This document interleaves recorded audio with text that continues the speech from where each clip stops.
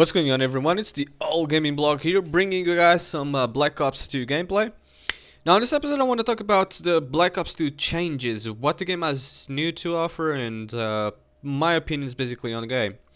Now I know most of you already know and seen everything, stuff there is to know about the game, but keep in mind this is just my opinions on certain things in here.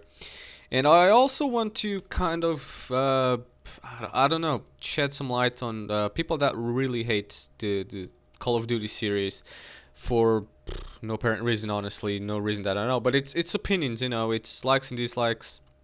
That's fine, everyone's entitled to their opinions. I don't expect everyone to like the Call of Duty series just because I do. But what I don't understand is why so people hate it so much.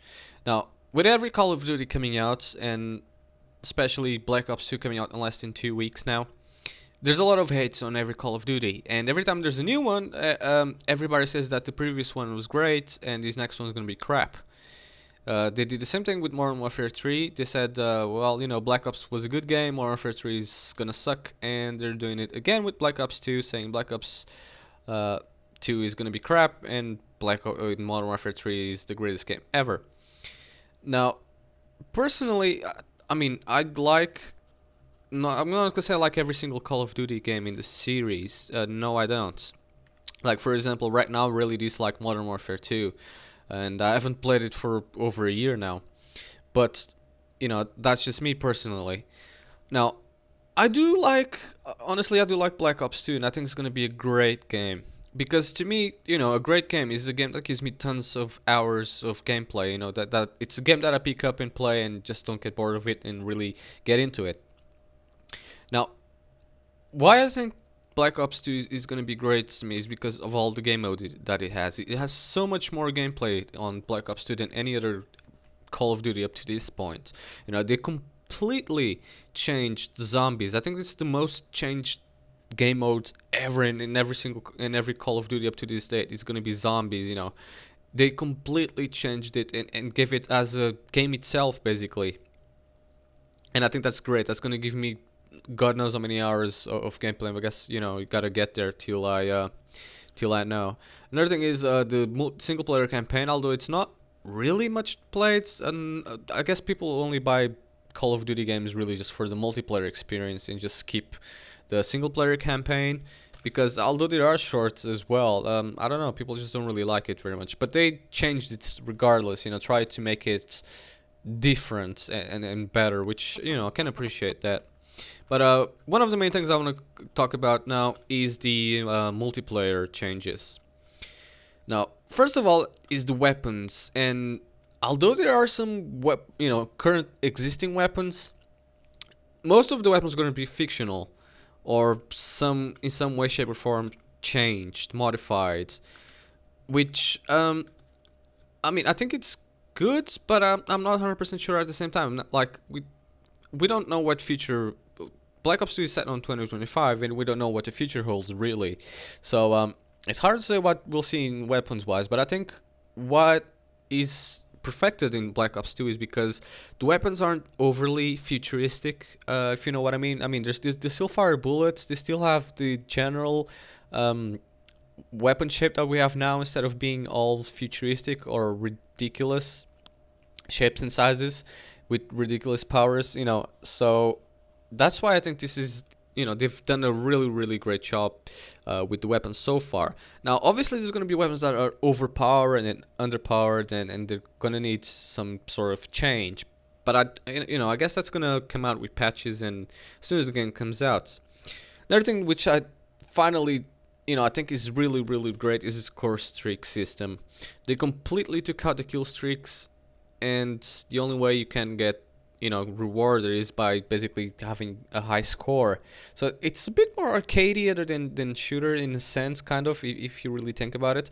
But honestly, I think it's gonna be better than it was before. Instead of people just going for the kills and the kills only and don't care about objective gameplay at all, or helping their team in the slightest. They just care about kills and ranks and KDRs and whatever. They kind of change that a little bit, and they're trying to combat that, which I think is great. And obviously I'm gonna know that a lot of people are gonna hate that. One of Another of the big changes is counter camping. They are trying their best, but it's really hard to try to fight campers. Now everybody hates campers except the people that camped, and they just think it's the greatest thing in the world. So they changed a lot of the perks to not help them at all. And obviously with the score streaks, if they don't do anything other than sit in the corner, they're not going to get any rewards at all as well. Another thing that nobody has seemed to speak of it as of right now, and we don't know much about, is lag and the connection type. Now I know we had tons of problems on Modern Warfare 3 rather with this, and although they're still working on them and still fixing them, in my opinion, they should have done that in the first place instead of sending a half-assed game and then trying to make it a full game. Throughout the year, they should have just waited a little bit longer and actually tried to make a good game and then send it completely. I'm not saying the game is bad in any way. I'm just saying that connection-wise, they should have tried to perfect it before they launched it instead of doing it throughout the entire year. Right. Another of important point is the points and weapons unlocking.